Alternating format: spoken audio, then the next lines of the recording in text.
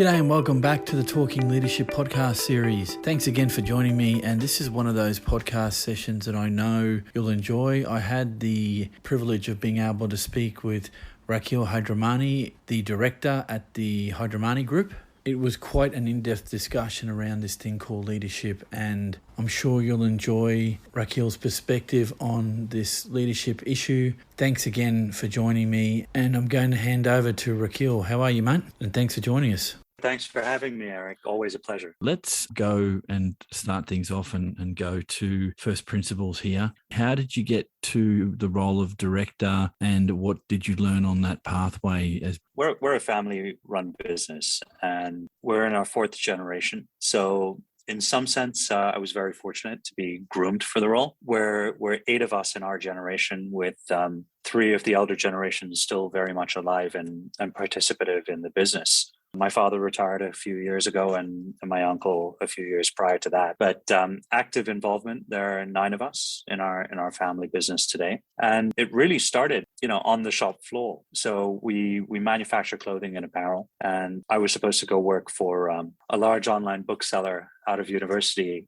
when my father asked me to come back, or rather said it would be nice to have you back in Sri Lanka on the factory floor. And any illusions of being given an easy ride were thrown out the window. I was put into an embroidery plant, which had some issues that we were running. And it was a real learning experience, because you got to understand business from the ground level up. What were the pain points? How are you going to solve problems? And there were a lot of learnings. It's not do as I say or say as I do. It's very much like a sport, right? You need all the pieces to be working beautifully in order to achieve success. And that wasn't as apparent day one. We struggled with issues. It was like, but I asked you to do this. Why haven't you done this? And you'd be given a multitude of excuses or very valid reasons. And you had to keep going deeper and deeper. And that's why I love speaking with Kevin on the Best Practice Network, because it's really the tenets of lean are really very much social, and it's understanding where the problem lies and how do you solve it together and get the best out of people. Leadership to me as a meaning has really evolved over the past few years. At first I used to say there's a very thin line between delegation and abdication. You can push things down, but if you don't follow up, if you don't have the discipline to check on things and have the conversations, the more and more I see it and the more and more I kind of continue my journey, it's not about solving the problem yourself.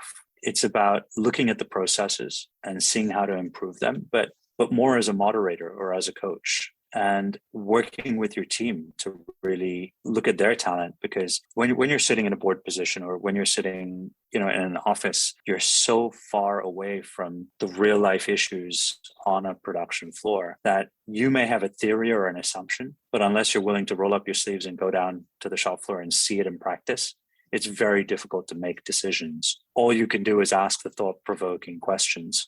Thank you for sharing that. Interesting for someone like me who's trying to learn more and get into that deep dive of what leadership means, that more and more leaders are saying that their view on and their definition of leadership is changing over time. Now, you mentioned your time with the network and that has in some way shaped your learning, but I know that your organization is multinational. It's in lots of different jurisdictions. And I would be remiss if I didn't ask you, do you see cultural differences in leadership, or is it basically the same irrespective of culture? There are nuances in culture. What really shines through is, your purpose and your values of the organization that really define the culture. Behaviors may be slightly different because of cultural norms in a country. And obviously that's one of the tenets of our group, right? One of our prime values is respect. And if you go operate in another country, you've got to respect the cultural values there, understand what the culture is all about. And if you boil it down, it's really very similar. And it's all about integrity, trust, and open communication. That's interesting. I've had some other guests who've had international experience, and they said exactly what you said, that when you take away the cultural facade, people want to be recognized, people want to be valued, and people want to be listened to and respected for what they do. I mean, it's a fairly simple formula, but if you don't engage with that culture and the nuances, then everything else gets a bit hazy. That's what was told to me, because I haven't worked in transnational organizations, so I haven't had the challenge that would come with understanding the cultural context in which you work. You've seen multiple pathways of leadership in different countries. When you've seen it go wrong, and I don't want you to name the individual or the business, but when you've seen it go wrong in other cultural contexts, is it because there was a disconnect between what was happening in that culture and the cultural understanding, or just a lack of understanding what effective leadership is? I think it's a multitude of reasons, right? I think if you try and bring in too many new members into an organization at the top without understanding the culture, the existing culture of the organization, you're likely to upset the apple cart. I think it's also a case of communication. And I think the biggest failures we've had are where the communication has been very superficial. What I mean by that is, if I ask you how a production run's going and you say, yeah, it's going okay, I'll take that at face value and mean there are no burning bridges, and that's fine. But it's really moving the conversation into a fact-based rather than emotional conversation. And I think that was one of my biggest failures personally. It's that I'd see a bad KPI and I'd react. And I think that's one of the hardest things for a human to do, right? You see something wrong or see something, and it's how you control your emotions. And it's very easy to say something's good or something's bad, but it's harder to stand back and ask the question, why? Why has that gone wrong? And how are we going to fix it? And are we treating the symptom or are we treating the root cause so this doesn't happen again? And doing that in a calm and measured approach, I think, is the hardest thing for anyone. And it's something I still make those mistakes, right? And I have to check myself. It's always nice to hear when someone admits what they were like and that there's been some growth in their thinking. And I'm still married to this idea that it's only through experience that you get to the point where you can say that out loud. It's always interesting to talk to someone who has tamed the angry response, because I think it's the easiest emotion to go to when things have gone wrong, because you could look at it and go, maybe there's a process here that didn't need to be. Maybe there's something that we're insisting that the production line needs to do that is redundant. As systems go along, and as you're looking and inspecting why you do what it is that you do, there's nothing like a pandemic to come along to make you reassess those processes and find out just where things might have gone wrong. And I'm sure you learned a lot from that. But my question for you is, did you get more introspective as COVID has gone on, or was it because others had been that you've joined the conversation? Like what was the catalyst for you to start thinking more about the leadership pathway? Again, a hybrid. I'm not ducking the question, Aaron. That's okay. But, that's all right. So we, just before the pandemic, we decided we were going to go through with a brand new installation of an ERP, enterprise resource planning system. At that point, the pandemic had just hit. So we signed the contract in February. The pandemic hit in March. We went into a 6-week lockdown. As a board, we still took the decision we're going to proceed with this with a consulting firm. And we started to look at our business processes in detail. And I'm just pulling out my notes because we had a great conversation, just this morning, where a colleague mentioned, if you look at a process in isolation, it can work. With a few tweaks, it still works. But a process without insights and being able, without the data to be measured, you can never be truly decisive about the gaps in the system. But if you don't measure the process or measure the results of the process, how do you define whether it's a good process or a bad process? And it's very easy for us to say, okay, I can procure items. Great, I can procure items. It's a good process, right? I know how to procure items. But when I start going down into the detail and saying, I can procure 5 pieces per hour or 10 pieces per hour, then I have a basis of performance. And we started to really unlock our whole system. And we said, great, we have so many processes, but do we actually measure what they do? Are they redundant in this new world that we live in? We pivoted to work from home within 2 weeks. I mean, we were all locked down, but finance needed to run. And we figured out a way, and it wasn't perfect, but it allowed us to experiment, to trial, to create this culture of, hey, I gave it my best shot, and you're going to get a pat on the back for that, no matter the end result. That made me wonder about our business. And when times are good, you don't really look at the problems in your industry or in your company, and you kind of accept the status quo for what it is. But when you face a 6-week lockdown in manufacturing, which affects your cash flow, which affects your associates, which makes you wonder about your existence, I think you're that much more motivated to say, I don't want to be caught in this ever again. Yeah.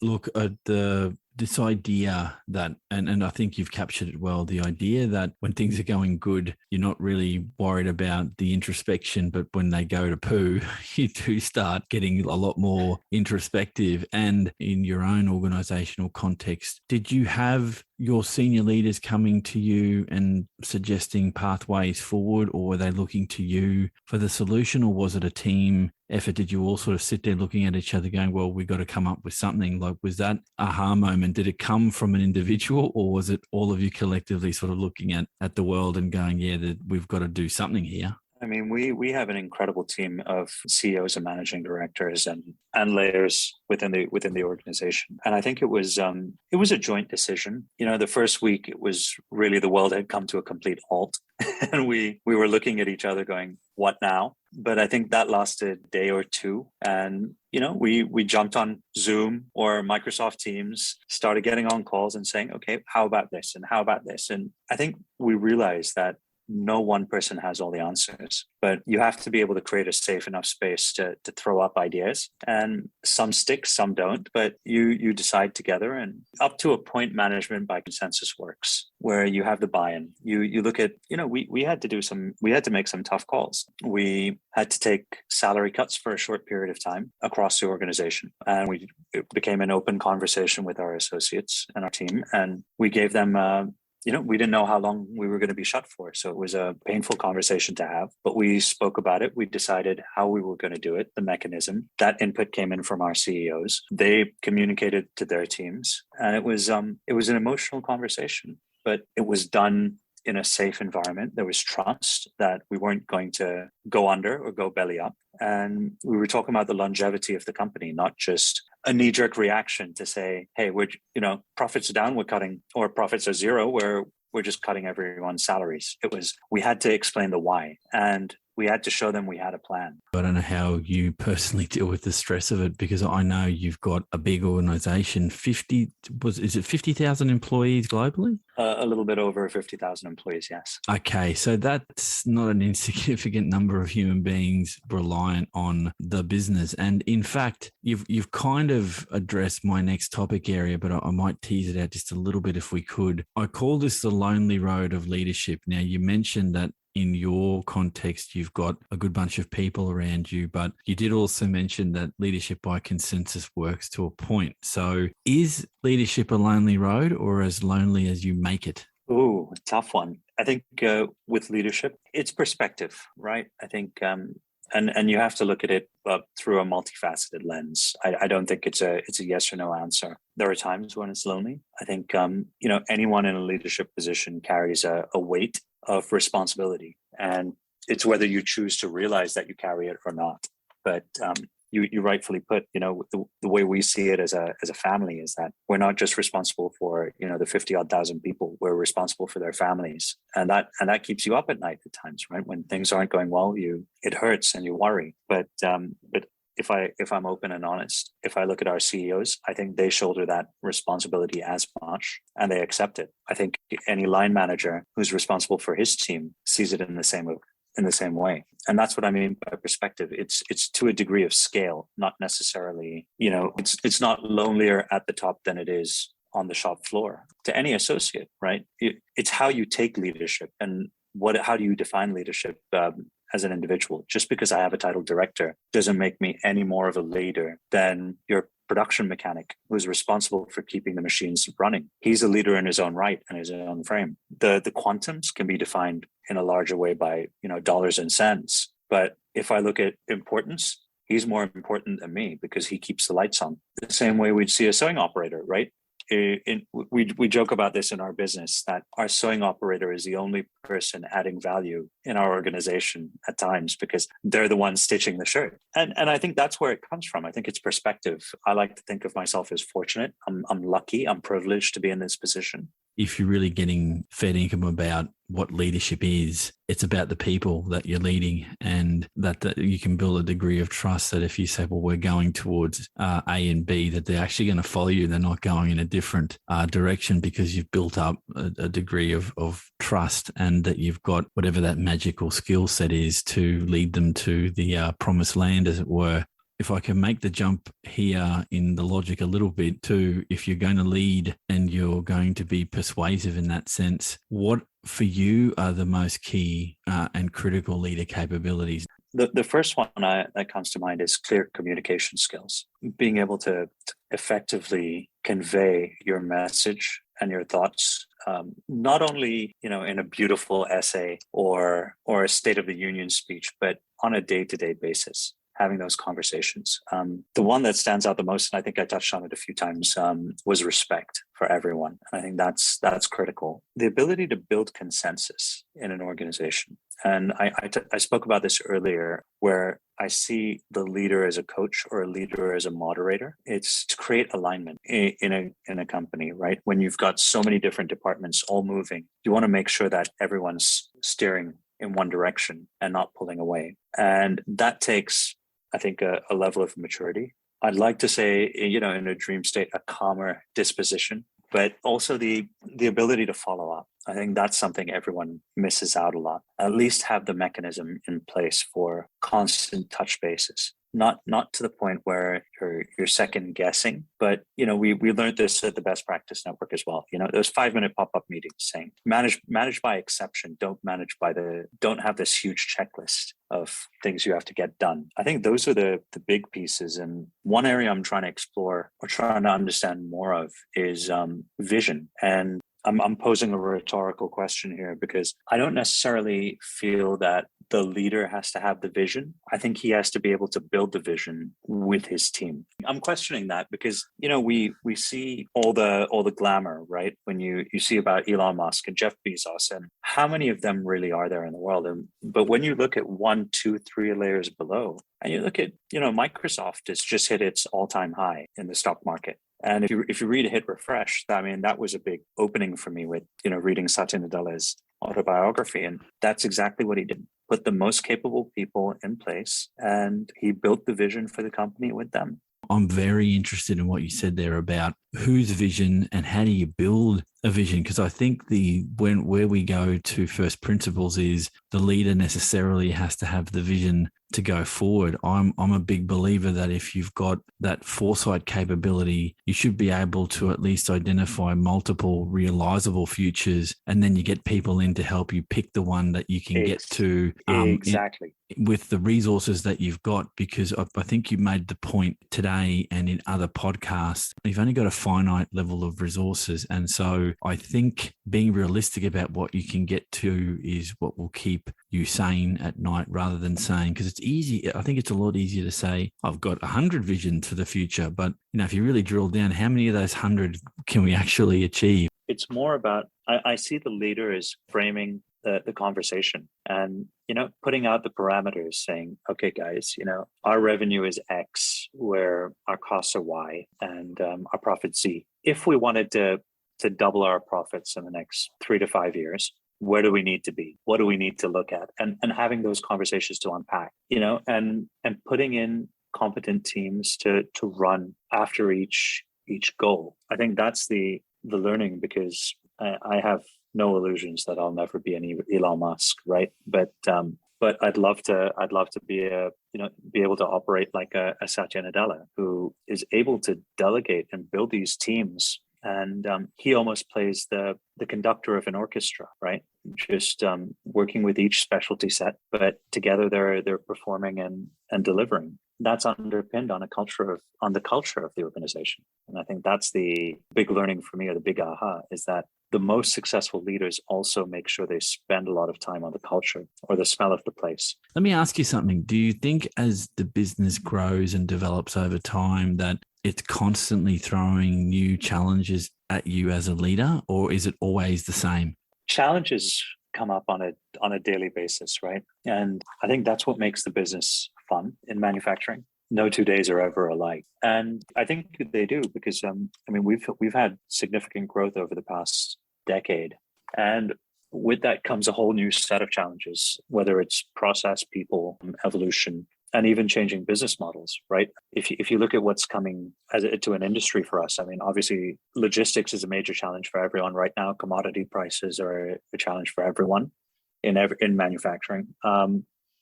But now this whole realm of sustainability has really pushed into hyperdrive, and it's creating these new models. People are, we have customer brands that we work with who are actively telling customers, don't buy our clothes, buy what you need. So that whole concept of seasonal purchasing goes out the window. If you've got a great jacket from last season, keep it. Don't buy another one. So what's that going to do for consumption? And in these conversations, and maybe it's just a driver for looking at different business models. And if you're already thinking about it, you're already ahead of the game, because if you're not, if the pandemic didn't trigger it, then the sustainability argument should be triggering it. And if it's not triggering it, maybe you need to find a new industry to be working in. I don't know. I don't know any industry that word, that phrase, the sustainability discussion is not coming to the fore at one degree or another. And it means many things, right? It's not just about using recycled plastic or recycled polyester. It's about the sustainability of the organization as well. Because how many people want to get back into manufacturing? If you look at Generation Z, their aspirations are very different to perhaps those of yours and myself. What are they looking for in an organization as well? So it raises a lot of questions. And, how do you make multiple generations, how do you ensure that multiple generations work together harmoniously without having conflict and misunderstanding? I totally agree. This idea of mentorship up and down the generational gap. So can older, more established individuals and leaders in an organization learn from new cohorts of people coming in to an organization? And possibly before we get to the last couple of topic areas, let me ask you this. Because of the nature of what you do and the size of your business, do you spend time thinking about the leadership pipeline in your business? Is that something that is discussed? It's something we've definitely started speaking about more of over the past few years. About 5-6 years ago, we understood that we needed to start building leaders from the ground up and put in leadership and development programs to do so. And our first venture at that was we said, okay, we do one a year and that's job well done, right? You pat yourself on the back and say, we've done a leadership development program. And the more and more time we spend on it, it's obviously, right? You can tell I like self-deprecating humor, but it was then a big aha moment for us, right? Where we realized it needed consistency, but we also needed on-the-job training as much as you need the theory, because manufacturing's tough, man. It's really difficult, and the types of problems create a lot of reactions in the supply chain and down the supply chain, and it's hard work. You need to make decisions, and sometimes you're right, sometimes you're wrong, but you have to be able to work with people, and you need a strong gut for it. I think it's not a sexy, glamorous job at times when you're sitting in a factory and inspecting garments or hundreds of garments or trying to get to the root cause of the problem. But you need to be able to engage with people and make sure you know why you're doing it, or people know why they're doing it. Theory goes out the window at times when you have to think out of the box. And you'll only know that as a leader if you've lived through it. The point I think I can take out of that, of the many that you've just made, one of them is industries vary and what's expected in them vary. And I believe it would be exceedingly difficult if you didn't have a background in the garment industry, the manufacturing sectors. If you came in blind on that or had to learn it on the job, I think there's a difficulty in that transition if you're not from that industry. But surely to God that there are people that you can bring up, and that leads to a very different conversation around how do you spot talent early? Or how do you spot talent at all? Because when I talk about emerging leaders, you could be in your 30s and someone's picked you out for leadership, or you could be in your mid 20s. And so I've kind of, maybe it's because I've gotten older, I've kind of let go of the age thing. It's more about competencies and capacity to grow in a role. And I don't think organizations on the whole look for that. I think the easy fix is we need the perfect fit for the organization. And I don't think that person exists. And if you find a way to do it, Rakhil, copyright it and get it out there, because people want to know what the formula is. But I don't think there's a perfect formula. Does that resonate with you? If only the listeners could hear me shaking my head. But I totally agree with you. Quietly chuckling to myself, because this is something we've been trying to figure out. And it's sad. You sometimes only recognize talent when they're leaving your organization. And this is something we've been talking about in a roundabout manner. One is, how do you create a career pipeline for associates? Is one. And two is, how do you recognize people, right? And base it on merit or capability rather than seniority. And it's a very difficult decision, because it's cultural, right? And maybe I'm going to sound a little philosophical here, but if I was a manager, would I recognize one of my direct reports to say, hey, he could have my job, or he's much more skilled than me, or much more capable than me? It's kind of the antithesis of the human psyche. Unless you're older, a little bit more comfortable or confident with where you are, it's a difficult choice. But when you look at the theory, it also, it's also more difficult when you have someone who is highly capable within your team.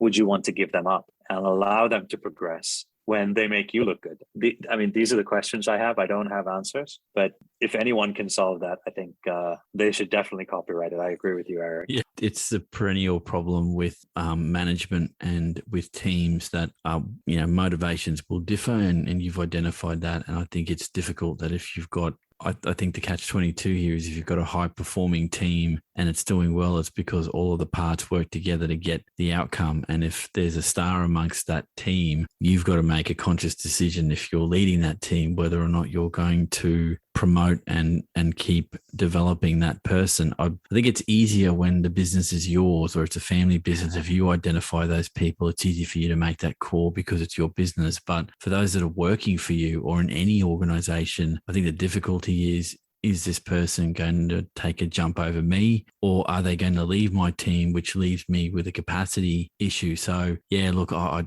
don't know. I've seen those situations. I've been in those situations. And at the time, I thought I was getting the rough end of the stick. But when you look at if you look at what other people's roles are, you think, okay, they're at a different point in their career. You can kind of understand it. I don't think it's justified, but you'd be surprised, Rakhil, how much those on the come up look at how they're being treated. And I think good talent walks away because they finally realize, I'm never going to break through to the next level. I think I need to take my skill set somewhere else. And I think that happens regularly. And I don't think it just happens in your industry. I think in all industries, we're not good at doing that bit. So I think it's a common problem that is not unique to any one industry. This conversation's worth pursuing. I think there's, if anything, COVID has made this more pronounced in that, what is your development pipeline? And if there's not a pipeline, if you're a smaller organization, how are you bringing up the people that potentially are going to replace you when you're going? Or if you don't do that, if you don't have a succession plan for the people that are in key leadership roles, it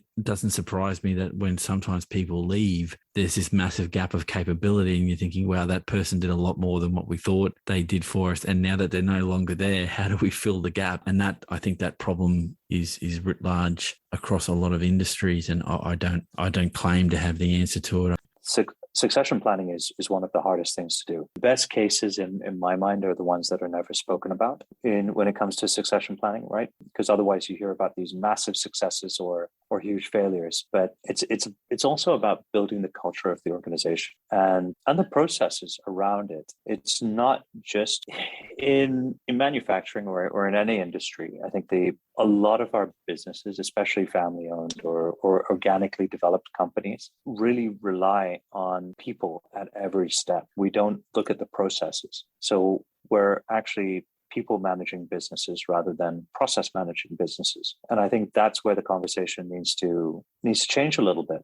We need capable people, but we don't want to say that Eric is the best processor in finance, because you've almost put Eric in a box for time and eternity. Then it's being good, but also giving you that avenue for growth, right, and fulfillment. And the minute a company does that, you're more motivated to support the processes and improve them. Without catastrophizing, I think one thing to note is that not everyone wants to be a leader. Some people are happy to do a job and go home, and the job is a very functional thing. There's no more to the career than that. And I understand that fully, but there are those that want to succeed. And I think to round this bit of the conversation off, and you said it through the podcast, that if you can create a culture where people feel safe and heard and valued, I think some of that stuff will sort itself out. And unfortunately, the sorting itself out bit is the bit that people can't put a process to, because it just seems to happen. I know there's a lot of literature around high performance teams and good, positive, innovative cultures, but I'm sure there are still people looking into how those things succeed. And if we knew the formula that well, we wouldn't be having this conversation. We'd be having a different conversations. Obviously, it's still a work in progress. Rakhil, let me ask you something. The nature versus nurture question, and I ask this in all the podcasts, so here it is for you. Are leaders born or are they made? I think they're made, to be honest. And I think it's a lot about nurturing and instilling those values from a young age, right? If you look at school and steps, people mature and develop at different paces.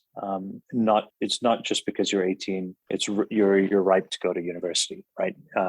In the same way, just because you're 45 doesn't mean you should be a manager or a senior manager or a director or president. But it's your circumstances that help develop those skill sets. Some of the best managers we have played sports in school simply because they understand what it takes to run chemistry within a team, right? They didn't learn that in business school or anywhere else. So I think it's being taught life skills, and it's something a lot of institutes have only just recently realized that they need to start looking at. We talk a lot about IQ, being smart. Being book smart doesn't mean you're street smart, right? And how do you develop your EQ, your emotional quotient? How do you understand people and react to people? Those are things you need to learn, and skills you need to learn. I'm still very much a work in progress on this, but it's something we try to look at. When we see someone who hasn't turned up to work, for example, for a couple of days, or doesn't look engaged at work, it's very easy to look at the black and white and say, hey, he's just not a performer. But have we taken the effort to take him out for coffee, ask him or her, is everything okay? What's going on? Do we take the time and effort to know them as people, as their families? And I think that's what comes up. And I keep talking about it, but it's culture and values. Again, it's about having the people in your team that are prepared to look beyond the black and white and to say, oh, look, David over there doesn't look quite right. 5 minutes of a time to say, are you okay? That's the mental health push that's happening in Australia by just asking people or even acquaintances, hey, are you okay? Genuinely concerned with how people are in that moment, I think is an important skill to have. But I think I have to recognize now with my advanced years that a lot of people don't want to ask that question because they think they might be crossing a line, or they're not used to asking that question. Because the other side of it is, and I think this is a real problem, when you say, are you okay? If somebody says, no, I'm not, I've got a massive issue and I need help, sometimes that can floor you and go, oh shit, I've asked, are they okay? But I don't know how to help them. And putting yourself in that situation sometimes can be confronting because, especially in a management role, if someone in your team said, hey, look, I've got marriage breakdown, or, say someone in the family is not well or terminally ill, I'm dealing with some pressures at home. If you've never experienced something like that, that EQ bit, the people bit has to be so well developed, because you can just saying the wrong thing at that time can only make things worse. And I think that's why people hesitate. I'm not saying it's right, but I think that's why people hesitate. But I think that's also part of the reason, right? The first thing I think you have to recognize is that you can't solve every problem as an individual. But the minute you ask, okay, that's where the power of the network kicks in, right? I can find someone who can help and I can make that effort. Yeah, really. Well, yeah. Okay, you got me there. Yeah, okay, sure. But you're thinking of it from that perspective. I'm just as an example here. I'm just thinking that Yeah, no, in some, of course. And yeah, that's what I come back to, right? Those are the skills or values we haven't been taught growing up. I mean, I think when you and I went to school, being a man was being very macho and very, very stoic, right? It was wrong to show emotion or wrong to show caring. You look at the world today; it's very different. yeah. Vulnerability is not a weakness. I don't think it's ever been a Exactly. weakness. I think you've got to be a different kind of person to show that you're vulnerable, and that helps. I think that helps with teams because if people can see you as a human being, they stop thinking of you as someone that's a part, even though you've got the title. And that's a huge step for some people. Look, Rakhil, thank you for your time. Thank you. This has been amazing. For those listening, this has been Talking Leadership. Thank you again for following the podcast. A lot more content to come. Thanks everyone for joining me, and I'll catch you all on the next podcast.